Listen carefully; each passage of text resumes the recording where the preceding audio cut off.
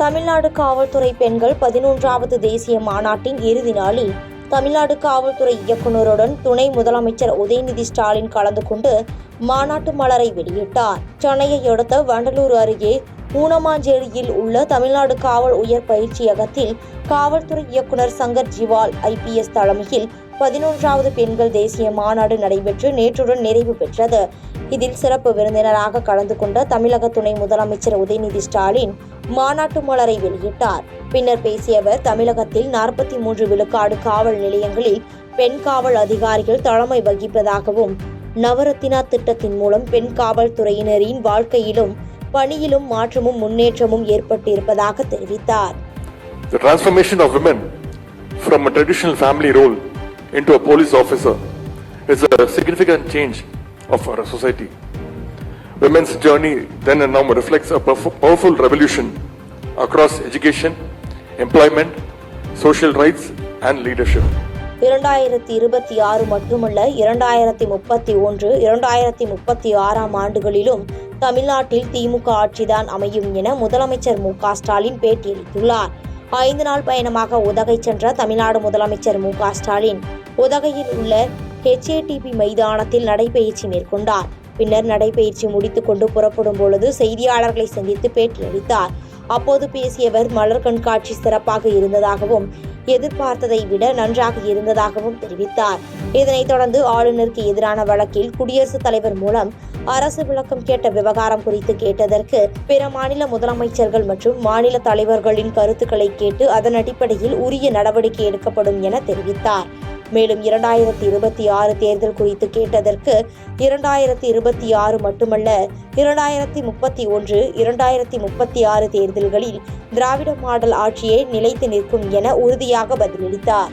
2026 மட்டும் இல்லை, 2031 அதுக்கப்புறம் வர 36 எல்லாமே திராவிட முன்னேற்ற ஆட்சி தான், திராவிட மாடல் ஆட்சி தான் தமிழ்நாட்டில் நிலைச்சு நிற்கும். தஞ்சாவூரில் 4,92 லட்சம் ரூபாய் மதிப்பீட்டில் கட்டப்பட்டு வரும் ஆவின் பண்ணையை பால்வளத்துறை அமைச்சர் மனோ தங்கராஜ் ஆய்வு மேற்கொண்டார். தஞ்சையில் நாஞ்சிக்கோட்டை ஆவின் மத்திய பண்ணையில் 4,92 லட்சம் ரூபாய் மதிப்பீட்டில் 1 லட்சம் லிட்டர் பால் பண்ணை கட்டுமான பணிகள் நடைபெற்று வருகிறது. இந்த பணியினை பார்வையிட வந்த பால்வளத்துறை அமைச்சர் மனோ தங்கராஜ், கட்டுமான பணிகள் தொடங்கிய நாள், பணிகள் முடிவடையும் காலக்கெடு, ஒப்பந்த தொகை குறித்த பலகையை பார்த்து கோபமடைந்தார். 8 மாதங்களில் முடிக்க வேண்டிய பணியை 1 ஆண்டு கடந்து முடிக்காததால் இன்ஜினியரையும் ஒப்பந்ததாரரையும் கடுமையாக விளாசினார்.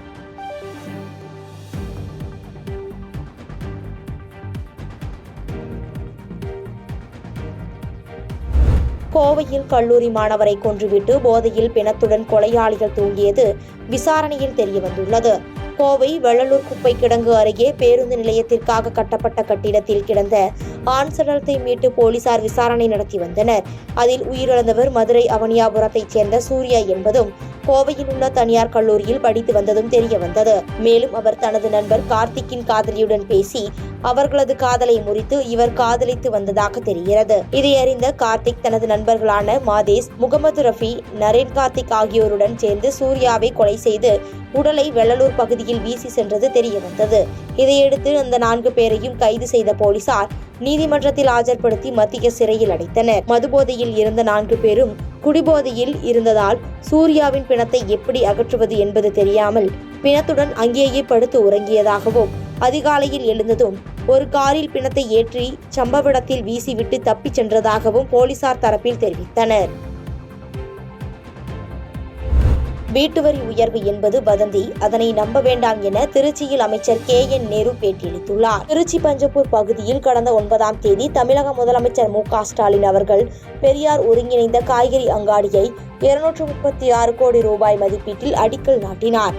இந்நிலையில் அதற்கான பூமி பூஜையை அமைச்சர் KN நேரு இன்று பஞ்சப்பூர் அருகே அமைந்துள்ள பெரியார் ஒருங்கிணைந்த காய்கறி அங்காடி வளாகத்தில் தொடக்கி வைத்தார். பின்னர் செய்தியாளர்களிடம் பேசிய அவர், புதிதாக திறந்த ஒருங்கிணைந்த பேருந்து முனையம் ஜூன் மாதம் பயன்பாட்டிற்கு வருவதாகவும், கடைகள் மற்றும் பணிகள் டெண்டர் வேலைகள் நடப்பதால் அதனை ஜூன் மாதத்தில் நடைமுறைக்கு கொண்டு வர திட்டமிட்டுள்ளதாகவும் தெரிவித்தார். மேலும் வீட்டு வரி உயர்வு என்ற வதந்தியை நம்ப வேண்டாம் என்றும், ஏற்கனவே இருந்த வீட்டு வரியை மட்டும்தான் வசூல் செய்ய உத்தரவிட்டதாகவும் என தெரிவித்தார்.